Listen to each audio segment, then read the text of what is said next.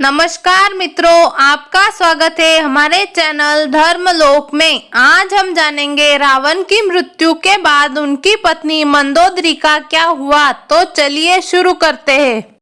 हिंदू महाकाव्य रामायण के अनुसार लंका के राजा रावण की रानी के रूप में मंदोदरी को वर्णित किया जाता है। रामायण में उन्हें सुंदर, पवित्र और पतिव्रता स्त्री के रूप में दिखाया गया है।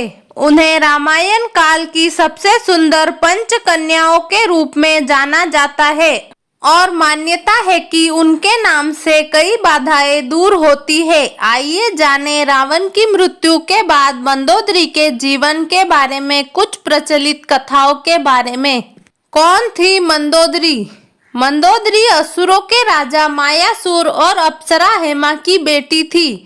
इस वजह से लंकापति रावण ने उनसे विवाह किया और वो लंका की पटरानी बनी। मंदोदरी के दो पुत्र थे, मेघनाद और अक्षय कुमार। मंदोदरी को एक पतिव्रता स्त्री के रूप में याद किया जाता है और अपने पति रावण के लाख दोषों के बावजूद मंदोदरी उनसे प्रेम करती थी और उन्हें अपना सर्वस्व मानती थी।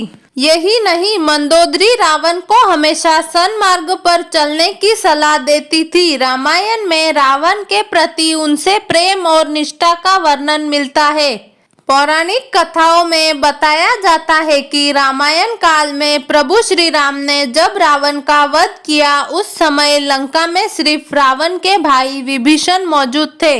उस समय राम जी ने विभीषण का राज्याभिषेक कर दिया और उन्हें लंकापति नियुक्त किया। उस समय मंदोदरी ने विभीषण की शरण ली और उनकी पत्नी के रूप में जीवन व्यतीत करने लगी। हालांकि रामायण में इस बात का कहीं बहुत ज्यादा जिक्र नहीं है और कुछ लोगों का मानना ये भी है कि रावण की मृत्यु के बाद मंदोदरी ने मृत्यु को चुना और वे सती हो गई।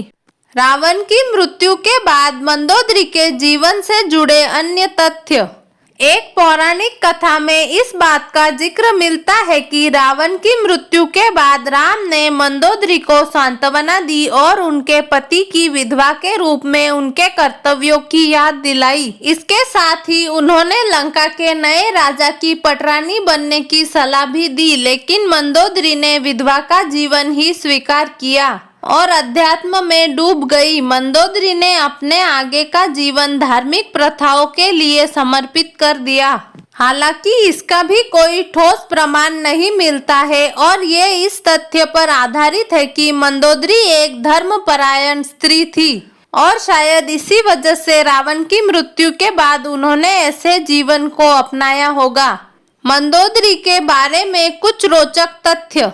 नंबर 1, मंदोदरी हेमा नाम की अप्सरा की बेटी थी। एक बार देवराज इंद्र की सभा में ऋषि कश्यप के पुत्र माया की दृष्टि हेमा पर गई और वह उस पर मोहित हो गए। माया ने हेमा के सामने शादी का प्रस्ताव रखा।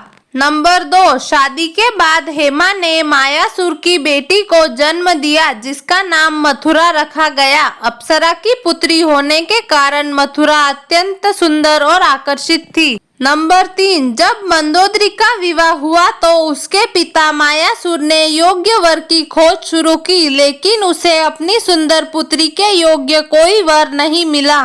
नंबर 4, मायासुर ने मंदोदरी को रावण से मिलवाया। जैसे ही रावण की दृष्टि मंदोदरी पर गई, वह मोहित हो गया और उसने जल्दी से विवाह के लिए प्रस्ताव रखा। नंबर 5, रावण ने मंदोदरी को वचन दिया कि हमेशा केवल मंदोदरी ही उसकी पत्नी और लंका की रानी होगी। विवाह के बाद मंदोदरी को उपहार के रूप में मायासुर ने रावण को सोने की लंका दी। नंबर 6, एक कहानी ये भी है कि रावण की मृत्यु एक विशेष बाण से हुई थी और इस बाण की सूचना मंदोदरी ने ही हनुमान को दी थी। रावण की मृत्यु के बाद वास्तव में मंदोदरी का क्या हुआ, इस बात के लिए कोई प्रामाणिक तथ्य नहीं मिलते हैं, लेकिन कुछ कथाओं में उनके आगे के जीवन के बारे में जिक्र मिलता है। तो मित्रों, आज के लिए बस इतना ही। उम्मीद करते हैं हमारे द्वारा दी गई जानकारी आपको अच्छी लगी होगी। आपको हमारा वीडियो अच्छा लगा हो तो लाइक, शेयर और सब्सक्राइब जरूर करें।